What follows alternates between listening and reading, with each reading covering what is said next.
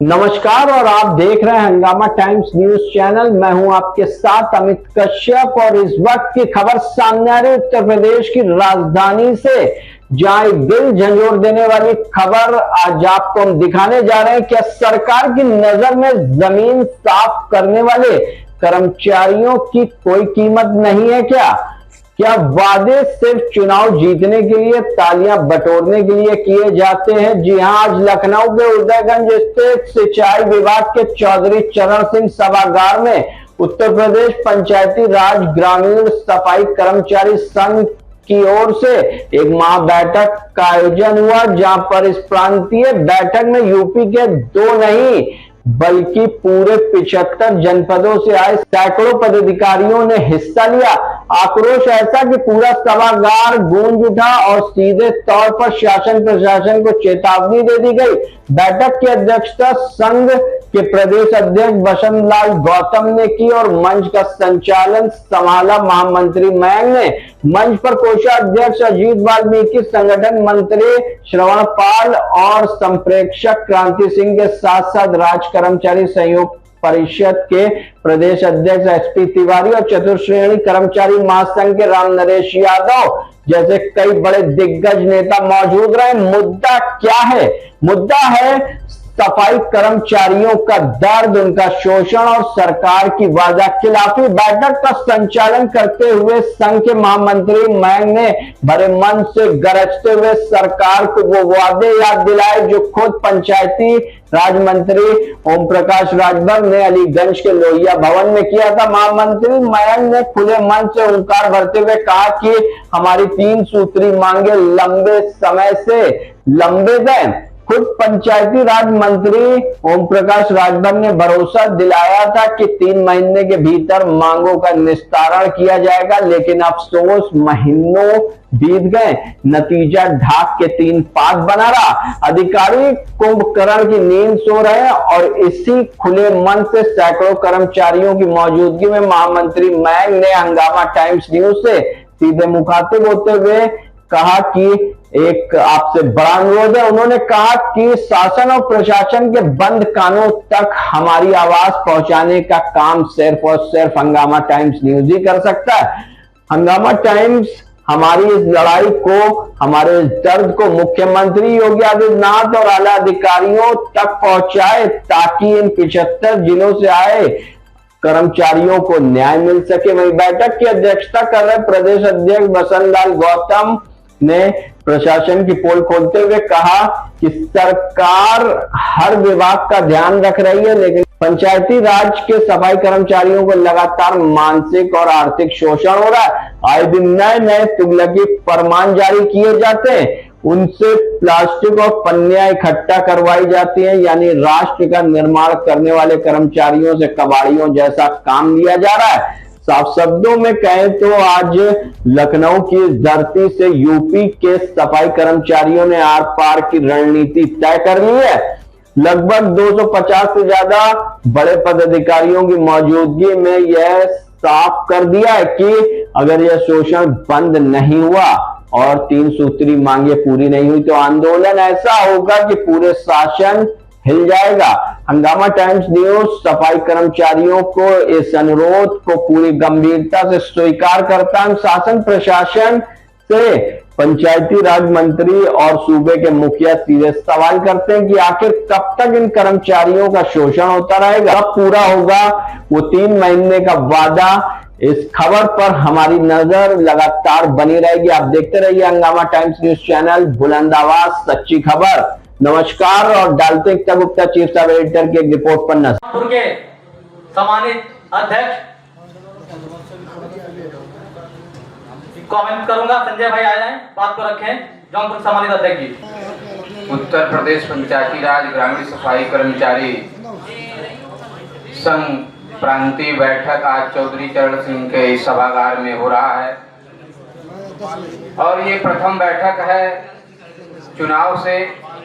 इस कार्यक्रम में शिरकत कर रहे हमारे नवनिर्वाचित प्रांतीय अध्यक्ष बड़े भाई बसंत लाल जी, महामंत्री मयंक गौतम जी,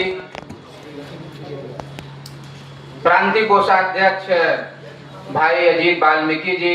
नमस्कार, मैं एकता और आप देख रहे हैं हंगामा टाइम्स न्यूज़। समय आप देख रहे हैं उत्तर प्रदेश पंचायती राज ग्रामीण सफाई कर्मचारी संघ की बैठक चल रही है, जहां अपनी मांगों को लेकर, बातों को लेकर आज बैठक हुई है। सर, इस बैठक का मेन उद्देश्य क्या रहा?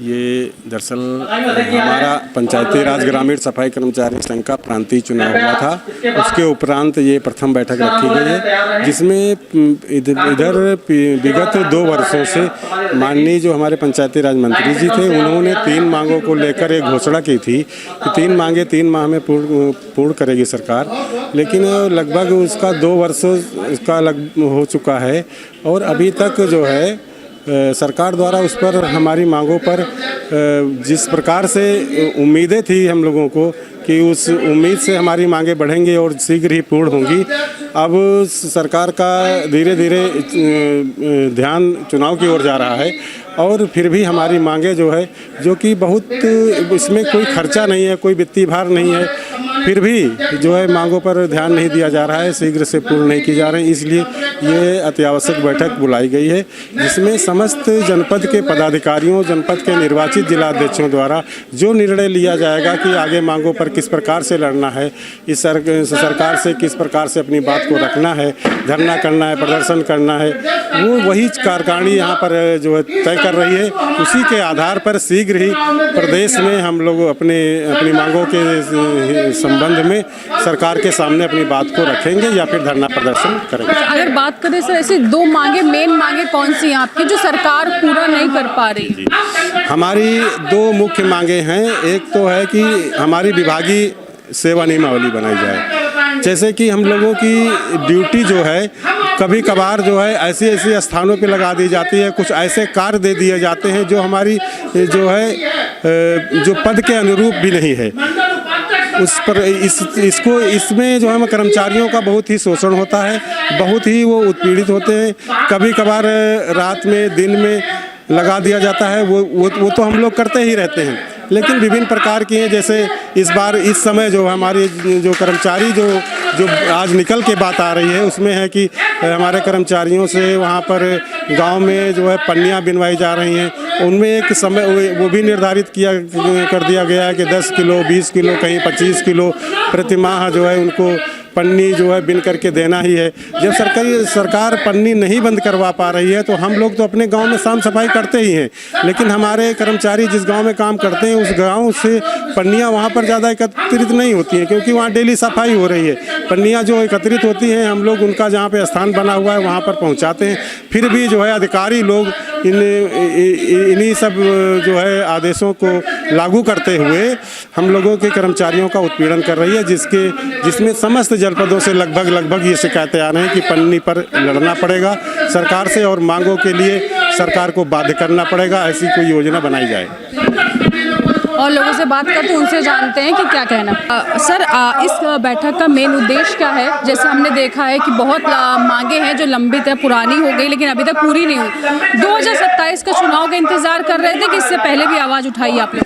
पहले तो आपका बहुत बहुत धन्यवाद मीडिया बंधुओं का, और हम आपसे कहना चाहते हैं कि हमें 16-17 साल हो गए और सभी विभागों में, हर विभाग में नियमावली, पदोन्नति और सब चीज़ों की व्यवस्था है। और सफाई कर्मचारी वर्ग बसपा सरकार में 2008 या 2009 में हमारी नियुक्ति हुई, जब से आज तक कभी सफाई कर्मचारियों को कोई सम्मान नहीं दिया गया सरकार द्वारा, और हम सरकार की सभी हर चीज़ में सहयोग करते हैं। अगर जो इस बार हमारी नवनिर्वाचित कमेटी बन गई है, अगर जो इस बार हमारा पदोन्नति नियमावली और हमारा नाम परिवर्तन अगर जो ये काम नहीं किया जाता तो इस बार संघर्ष होगा सरकार के खिलाफ, जबरदस्त लड़ाई लड़ी जाएगी।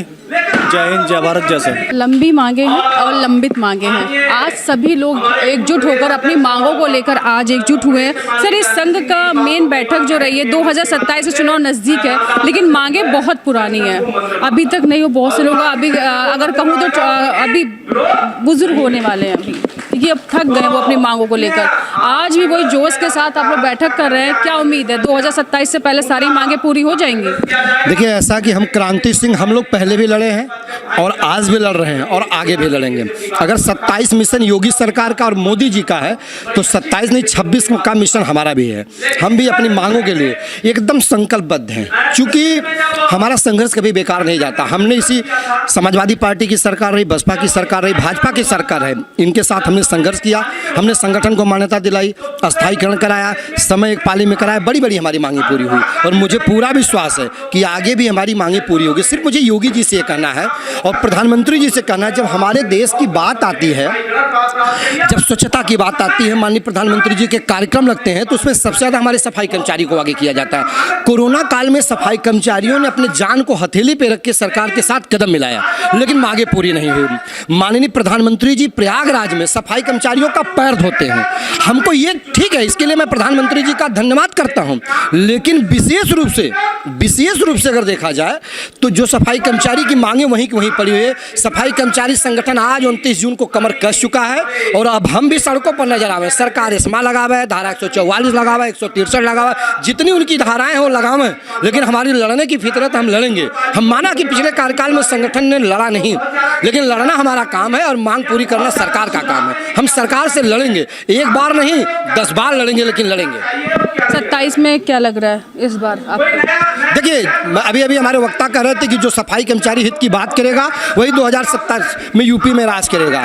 कर्मचारी सरकार की योजनाओं को जनता तक पहुंचाने का सबसे महत्वपूर्ण कड़ी होता है, बिना इसके कुछ संभव नहीं होता। लेकिन कर्मचारियों को नज़रअंदाज करा करके माननीय प्रधानमंत्री जी और माननीय मुख्यमंत्री जी अपनी किसी योजना को जनता तक नहीं पहुंचा सकते। सफाई कर्मचारी समाज के अंतिम पावदान पे खड़ा है, अंतिम पावदान पर खड़ा। जिस काम को कोई नहीं करता उसको सफाई कर्मचारी करने का काम करता है, लेकिन इतनी वे करने की जरूरत नहीं है। सारे लोगों के, मैं कह रहा हूं, मुख्यमंत्री जी इससे पहले सांसद थे, मुख्यमंत्री जी इससे पहले सांसद थे, फिर मुख्यमंत्री हो गए, मोदी जी मुख्यमंत्री थे, सांसद बने, प्रधानमंत्री हो गए। सबका प्रमोशन होता है, केवल सफाई कर्मचारियों का प्रमोशन नहीं होगा। तो मेरे कहने का मतलब सबका प्रमोशन, पदोन्नति, विभागीय सेवा नियमावली हमारा संवैधानिक अधिकार है और हम इसको अगर मांगने से मिलेंगे तो ठीक है, नहीं तो हम लड़ करके सरकार से लेने का काम करेंगे। तो महामंत्री जी हमारे साथ है। सर, आज कितने जिलों से लोग आए अपनी मांगों को लेकर और हम देख रहे हैं कि बहुत सारी ऐसी मांगे बहुत समय से लंबित हैं।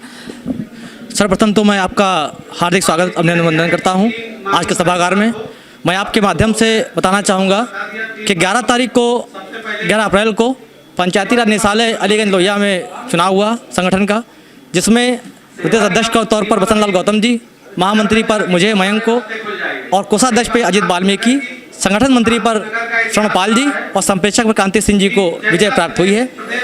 चूँकि अध्यक्ष जी को चोट लग गई थी, उसके बाद ये 3 महीने हो गए हमारी प्रथम बैठक है और इससे पहले पिछले वर्ष में संगठन ने माननीय पंचायती मंत्री जी समय मांगा। माननीय मंत्री जी ने मंच के माध्यम से पंचायती राज निदेशालय में यह आश्वासन दिया कि आपकी जो 3 मांगे हैं, विभागीय सेवा नियमावली, पदनाम परिवर्तन और पदोन्नति, ये 3 महीने में पूरी करा दी जाएंगी। हम सब लोगों ने सरकार का सहयोग किया और अब तक सरकार द्वारा जो भी कार्यक्रम आयोजित करे जाते हैं, चाहे कोरोना काल हो या जो भी कार्यक्रम हो, उसमें सफाई कर्मचारी की बहुत बड़ी भूमिका रहती है। हम सरकार के साथ कंधे से कंधा मिला खड़े हैं, लेकिन ये सफाई कर्मचारियों का दुर्भाग्य है कि उनके लिए सरकार कुछ नहीं कर रही। आप देख रही होंगी पंचायत सहायक, अभी उन्होंने एक ज्ञापन दिया, ज्ञापन मान करके उनको प्रतिमाह सैलरी का दे दिया गया और उनके फ़ोन की व्यवस्था कर दी गई, लेकिन हमारे लिए लगातार काम थोपे जा रहे हैं। हमसे पन्नी बिनवाई जा रही हैं, कोई आधिकारिक विजिट होती है वो भी लगवाया जा रहा है, हमसे साड़ा पकड़वाए जा रहे हैं। यहाँ तक कि कोरोना काल में हम लोगों ने पार्थिव शरीर को दफनाने का भी काम किया है और सरकार ने, माननीय प्रधानमंत्री जी ने हमको सफाई के नाम से संबोधित किया है, सफाई सैनिक के नाम संबोधित किया है, लेकिन इनके लिए पदोन्नति की व्यवस्था नहीं करी गई, जो दुर्भाग्य की बात है। देखा कि बहुत से लोग उसी पद पर रिटायर हो रहे हैं जिस पद पर आए थे। ये बहुत बड़ी बात है कि उनकी पदोन्नति नहीं। जी, मेरा यही कहना है, वही तो मैं बताना चाह रहा हूँ आपको। ये विडंबना है कि पंचायती राज विभाग में पदोन्नति की व्यवस्था ही नहीं करी गई है। उस पंचायती राज व्यवस्था में सचिव भी शामिल हैं, ADO पंचायत शामिल हैं और आपके DPRO शामिल हैं, सबकी पदोन्नति होती है, लेकिन सफाई कर्मचारी के साथ दुर्व्यवहार किया जा रहा है। ना तो उनकी अलग से विभागीय सेवा नियमावली बनी है, ना तो उनको पदनाम परिवर्तन किया जा रहा है, ना तो पदोन्नति की व्यवस्था करी जा रही है, जिससे सफाई कर्मचारी आज अगले साल यानी 27 में रिटायरमेंट की कगार पर खड़ा है और उनके लिए जो भविष्य है वो अंधकार में है। हमारा आपके चैनल के माध्यम से यही है कि हमारे सफाई कर्मचारियों को भी पदोन्नति के अवसर प्रदान किए जाएं ताकि उनका भी सम्मान मान सम्मान बचा रहे। सर हम आपसे जानना चाहेंगे ये जो बैठक चल रही है इसका मेन उद्देश्य क्या है सर? मेन उद्देश्य है कर्मचारियों की समस्या। हमारे कर्मचारियों की 17 साल से नियुक्ति हुई है, उनकी एक सेवानिवृत्ति आज तक नहीं बन पाई है। तो हमारे कर्मचारियों की बहुत बड़ी समस्या है। कई बार सरकार से भी वार्ता हुई है, सरकार सुनने को तैयार नहीं है। अब हम लोगों ने मन बना लिया है कि 27 में सरकार का चुनाव होने वाला है। अगर सरकार हमारी बात को नहीं सुनेगा तो हम सरकार की बात को नहीं सुनूंगा। और हमारे हर कर्मचारी के पास हर गांव में ऐसी व्यवस्था है और जो 10-10, 5-5 वोट का इधर से आदान प्रदान कर देगा तो सरकार विफल होगी। यदि अगर सरकार मेरी बात को सुन लेती है तो हम सरकार के साथ में रहेंगे। ये तो हमारे साथ वो लोग जिन्होंने अपने आप बात करी कि कहीं ना कहीं अगर आपसे बात करूं, मैं बताऊं कि ये वो लोग हैं जो इस समय अलग अलग जिलों से आए हुए हैं और अपनी मांगों को लेके जो सबसे बड़ी बात है पदोन्नति नहीं हो रही है। बहुत से लोगों को रिटायरमेंट नजदीक है लेकिन पदोन्नति नहीं हुई। तो बने रहिए हंगामा टाइम के साथ। मैं एकता आपसे इजाजत लेना चाहती हूँ। नमस्कार। केवल आप लोगों का सहयोग और आशीर्वाद मिले सम्मानित साथियों।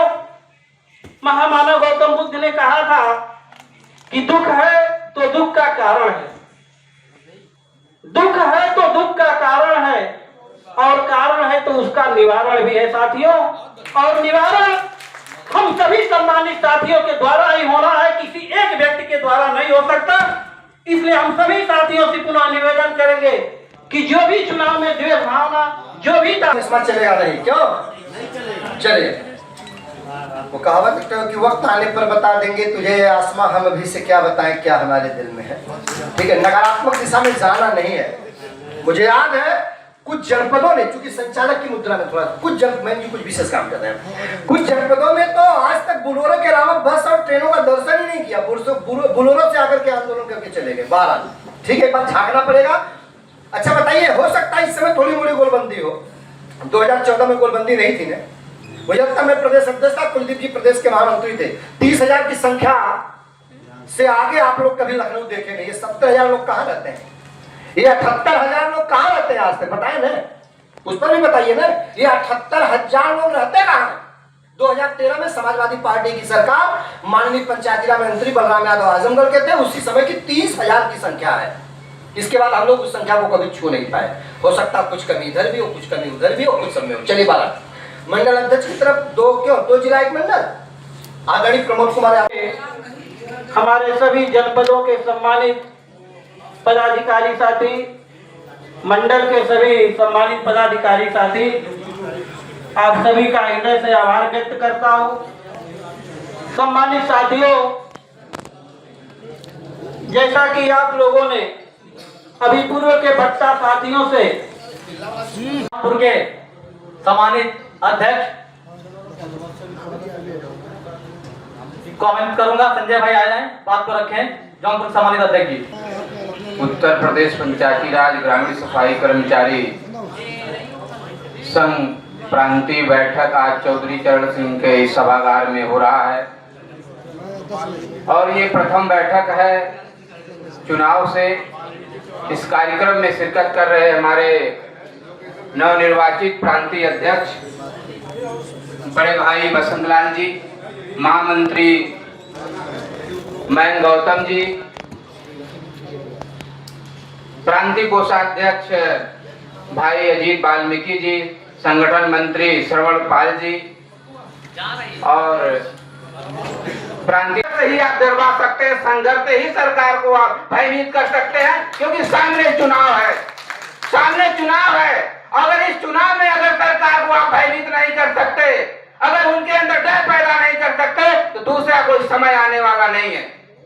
क्योंकि सरकार के भी अंदर ये समझ में आ रही है कि अगर हम इन कर्मचारियों को ध्यान नहीं देंगे, कर्मचारियों के साथ अगर इसी तरीके से अगर हम व्यवहार करते रहेंगे तो 2027 में उनको वापस नहीं आना है। कर्मचारियों को इस व्यवस्था से आना रखते हुए इनके मनोबल को तोड़ने का काम किया जा रहा है। मेरा आपके चैनल के माध्यम से यही अनुरोध है कि सरकार तक हमारी बात का पहुंचाने का प्रयास करें, जिससे हमको भी पदोन्नति के अवसर प्राप्त हो सके। अब मैं मुरादाबाद के सम्मानित अध्यक्ष जी, क्योंकि उनकी ट्रेन है, बड़े भाई राजपाल जी को अनुरोध करूंगा कि अपनी बात को रखें। मुरादाबाद के अध्यक्ष राजपाल जी। मैं विदेश की कार्यकारिणी से यदि आह्वान करना है तो ऐसा करें जिसका सरकार को आगाज हो जाना चाहिए।